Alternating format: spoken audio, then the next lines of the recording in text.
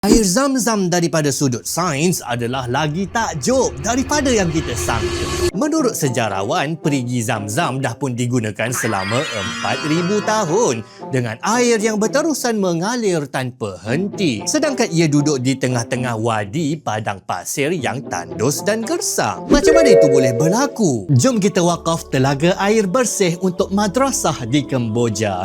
Klik pada pautan yang disediakan untuk maklumat lanjut atau tunggu di akhir video. Kita semua tahu kisah bagaimana telaga Zam-Zam ini ditemui dan dia mula mengalir dalam sejarah tradisi Islam, iaitu bila malaikat Jibril menguis tanah untuk Hajar dan Ismail setelah ditinggalkan oleh Nabi Ibrahim, lalu terpancarlah air dari tanah. Sumber air itu kemudian dijadikan telaga yang membolehkan orang ambil dari dalamnya. Nabi Ibrahim kemudian kembali semula ke tempat tu dan baginda membina semula Kaabah 20 meter dari telaga Zam-Zam. Membina semula Kaabah sebab dalam tradisi Islam Kaabah ni asalnya dah ada, dibina oleh Nabi Adam. Bila ada air adalah peradaban. Lama-lama kawasan di sekeliling sumber air itu mula jadi tumpuan kafilah dan kemudian jadilah bandar berdagang Makkah. Telaga Zam-Zam mengalirkan air jernih secara berterusan dengan kadar minimum 11 ke 18 liter per saat. Dan walaupun ia telaga yang sangat terkenal dan sangat besar penggunaan dia sepanjang sejarah, telaga tu cumalah sedalam 31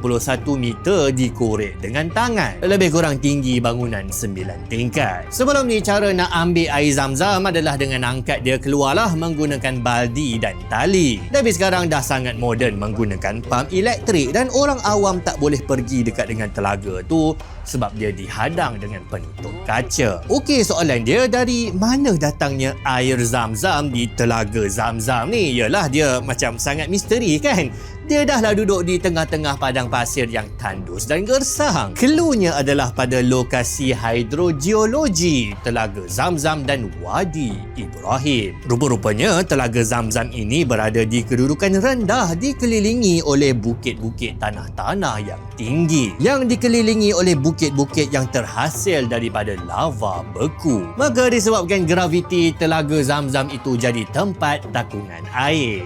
Tapi air apa? Air apa lagi? Air hujan lah. Hujan ditangkap secara semula jadi oleh luas permukaan aluvium Wadi Ibrahim seluas 60 km persegi. Sebenarnya taklah luas sangat kawasannya, tetapi dia dibantulah oleh aliran jatuh air daripada bukit yang mengelilingi Telaga Zam-Zam. Telaga Zam-Zam jadinya menakung air bawah tanah dari sekitar aluvium Wadi Ibrahim dengan kedalaman 30 meter. Dan telaga tu ada ambil sikit sebenarnya dengan kawasan batuan yang lebih dalam. Jadi inilah dia sumber air Telaga Zam-Zam dan selama beribu-ribu tahun air ini tak berhenti mengalir. Tapi pada zaman moden ada sesuatu yang berlaku kepada Telaga Zam-Zam, kita cerita lepas ni. Pengembaraan air merentas tanah dan pasir di Wadi Ibrahim menyebabkan sesuatu yang istimewa berlaku kepada air Zam-Zam sampai dia memiliki sifat yang berbeza dengan semua air yang ada. Air Zam-Zam adalah air beralkali semula jadi dengan pH 7.9 ke 8. Bila saintis buat kajian kepada Telaga Zam-Zam, mereka dapati telaga itu bebas daripada pencemaran bakteria dan kulat. Malah ada sifat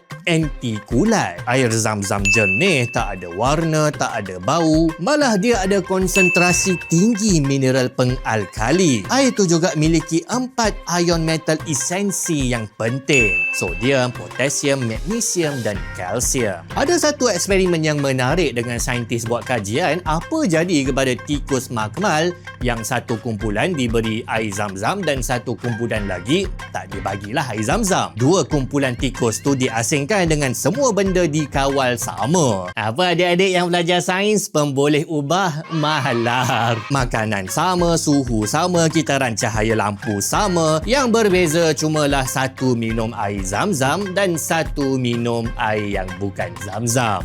Ya betul, pun boleh ubah dimanipulasi. Lepas 5 minggu, hasil yang menarik diperoleh. Tikus yang minum Zam-Zam adalah lagi berat secara signifikan daripada yang tak minum Zam-Zam mau sihat-sihat.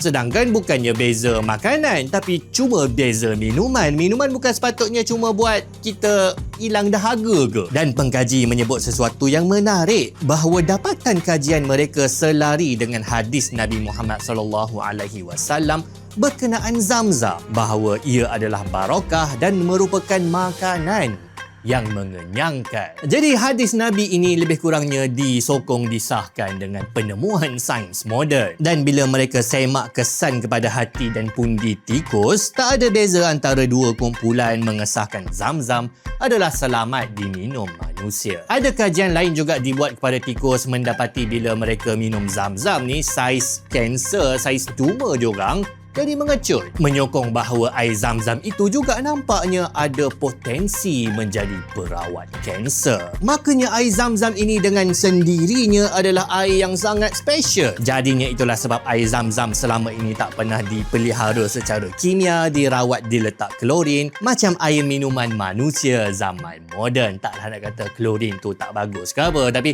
untuk Zamzam ia tidak dibuat. Tapinya ada sesuatu yang besar berlaku kepada Mekah dalam 100 tahun yang lepas. Pemodenan. Dengan kemajuan pengangkutan, semakin ramai yang mampu ke Mekah pada musim haji. Pada 1920-an, jumlah pengunjung haji cumalah dalam 60,000 dan 100 tahun kemudian jumlahnya mencapai 2 juta orang. Penemuan telaga minyak menyebabkan Arab Saudi termasuklah Mekah mendapat pam ekonomi terbesar.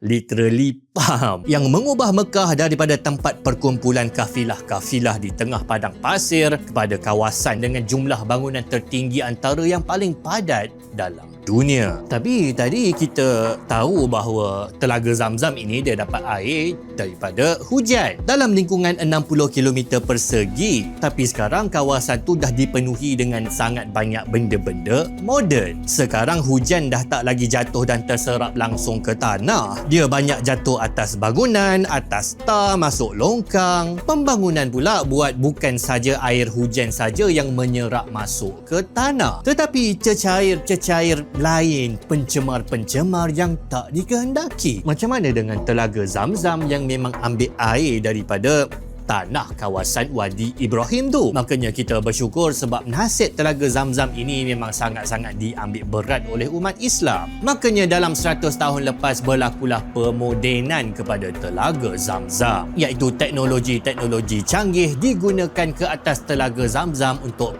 pantau kualiti airnya. Ada dua benda moden yang terbesarlah dibuat kepada Telaga Zamzam. Yang pertama, jumlah air dalam Telaga Zamzam itu sentiasa akan dipantau menggunakan sistem pemantau yang paling canggih lah. Kalau jumlah air dalam telaga berkurang daripada paras yang tertentu, paras yang dikehendaki, pam akan dihentikan. Air Telaga Zamzam tu tak boleh dipam keluar dan kita kena tunggulah untuk telaga tu dia recharge balik. Ini pernah berlaku pada tahun 1980-an bila diorang buat projek terowong, tetapi hasilnya air Telaga Zamzam tu turun ke paras kritikal. Jadi diorang hentikan terus projek terowong tu. Dan ini sangat-sangat bergantunglah kepada situasi hujan pada waktu tu. Kalau hujan banyaklah air yang dibenarkan untuk dipam keluar daripada Telaga Zamzam. Di Mekah juga diimplementasikan sistem untuk tangkap air hujan. Kalau korang pergi umrah, korang tengok jugalah dekat bangunan-bangunan dia, setiap bangunan sebenarnya diwajibkan untuk ada sistem nak tangkap air hujan ni. Ciri moden penting kedua, rawatan air Zamzam. Disebabkan bila hang nak buat bangunan tinggi, hang kena pacak lah cerucuk dan tapak yang dalam-dalam ke dalam tanah.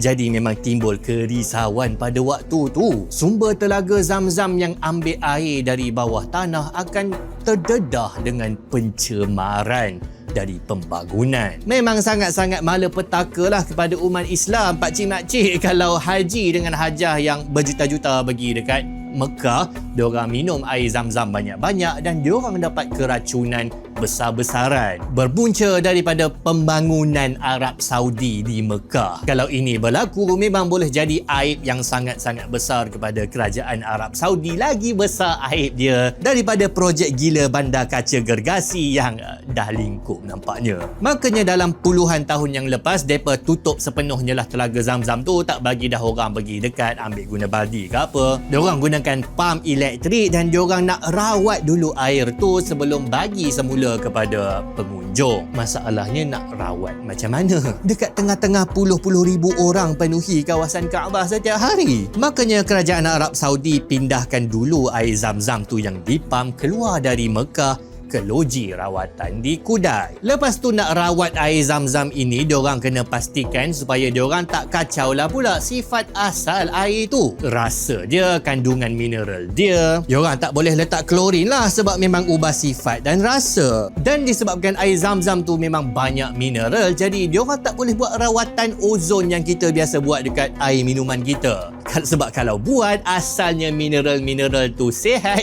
dia jadi beracun. Jadi memang ada rawatan yang khas kena dibuat kepada air Zam-Zam tu, antaranya macam gunakan sinaran UV dan beberapa cara yang lain lah yang diorang buat dekat loji rawatan. Lepas proses-proses yang kompleks, barulah diorang edarkan semula air Zam-Zam yang telah dirawat tu dengan airnya suci, selamat dan kekal sifatnya macam asal. Siap package bagi sejuk-sejuk lagi, punyalah sedap. Dan ini satu benda penting kena cakap lah pasal air Zam-Zam ini, bahawa kita baru je cakap nak merawat air Zam-Zam ini kena ada cara yang khusus. Sebenarnya ada beberapa kontroversi bersalah yang melanda, iaitu bila air Zam-Zam ini disalah kendalikan, letak dekat botol-botol yang tercemar, bukan dikendalikan oleh sumber yang rasmi, dijual dekat kedai-kedai. Air Zam-Zam itu boleh tercemar dan mengandungi bahan yang tak sepatutnya ada sebanyak itu, macam diorang pernah jumpa arsenik pada air Zam-Zam yang dijual dekat UK. Puncanya bukan masalah pada air tu sendiri, air tu suci dan tulen bersih, tetapi pada cara manusia, tangan-tangan manusia yang salah kendalikan, mungkin jahil, jadi itulah sebab kita kena ada ilmu. Madrasah Bahrul Ulum Asy-Syarif adalah tempat anak-anak di Kemboja mempelajari Al-Quran dan ilmu agama. Bagaimanapun madrasah ini perlukan bantuan, kemudahan fasiliti dan air bersih konsisten kepada pelajar. Ini bilik air, yang tu pun tangki air, tapi tak ada air. Sementara ni kita guna air sebelah sana air Sungai Mekong. Maka ayuh kita sumbangkan dana pembangunan madrasah dan wakaf telaga air bersih kepada saudara kita. Pewakaf akan diberikan sijil dan nama di Wall of Pewakaf dan insya-Allah jadi bekalan pahala jariah yang berterusan. Klik pada pautan yang disediakan atau imbas QR.